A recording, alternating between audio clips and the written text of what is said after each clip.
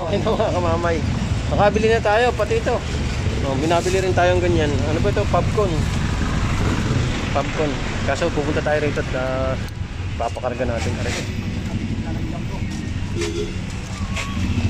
Sikit ng taon. Kaya. Papakarga na lang natin. Okay na. Hindi natin may karga.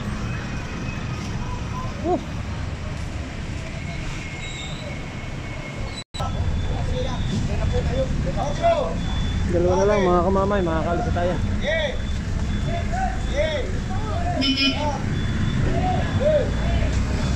Dalawa na lang.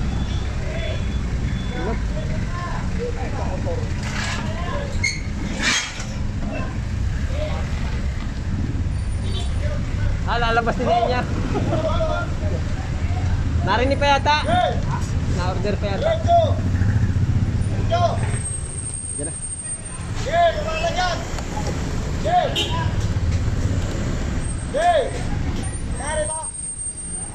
Wala pa pala, hindi pala sa atin yun.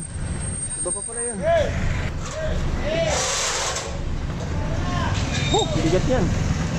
Kaya ito sa likod.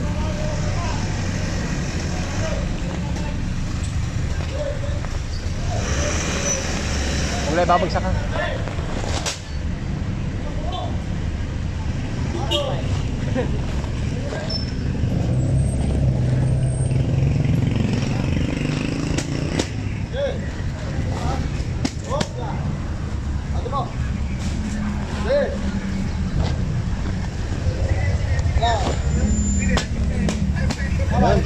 Yes, ako na yan.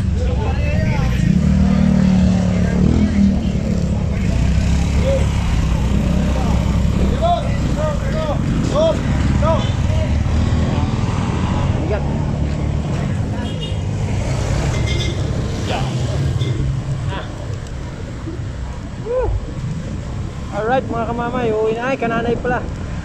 Ay, medyo gogora na. May ulam na tayo. Yan, nakuha na natin yung ating nanuhang items dito. Painit na ng painit. Mamaya traffic na. Mamaya traffic na.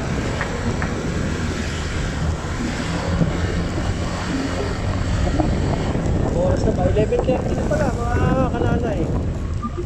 Ako, alas 10 na. Kaya pala medyo mainit na sa kilikili naman.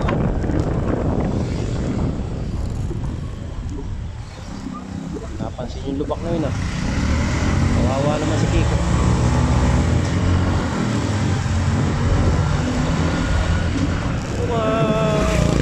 Kamamay, sulit na tayo ng Maldives. Halos mag-apat na taon na natin siyang ginagamit sa ganito. Hakot siya ng bigas. Minsan, hapon siya naghahakot, tapos sa gabi, diretso ko yung uwi ng Batangas.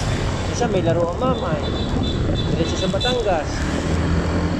Tibay. Napakaganda na napapunta sa ating Honda Click nito. Sanay na sanay siya sa mga buhatan. Tapos, long drive. Kaya ka sa kanya mga long drive. Marami rin na rin. Kasi ng Quezon, mga Nasugpo, Bite. Marami na dito sa may Hina. Tapos, kailangan mo na sa kanya 1.5 lang, kailangan change oil na. Yan, nalagaan mo siya sa CPT, sa lahat. Yan, hindi ka dyan pipitinin. Talagang bibigay niya sa iyo yung magandang serbisyo. Ito, po 4 years na to. Ginagamit sa ganyan. Pati konsumo ng gas niya, hindi nagbabago. Minsan balikan ko nasa 350 lang. Minsan 400, minsan 350. Ipit na sa piga ng gas.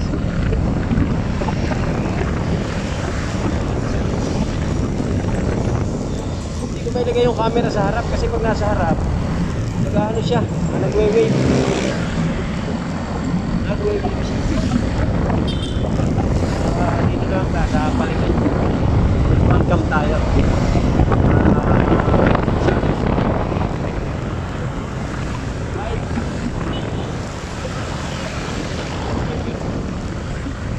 may iba pala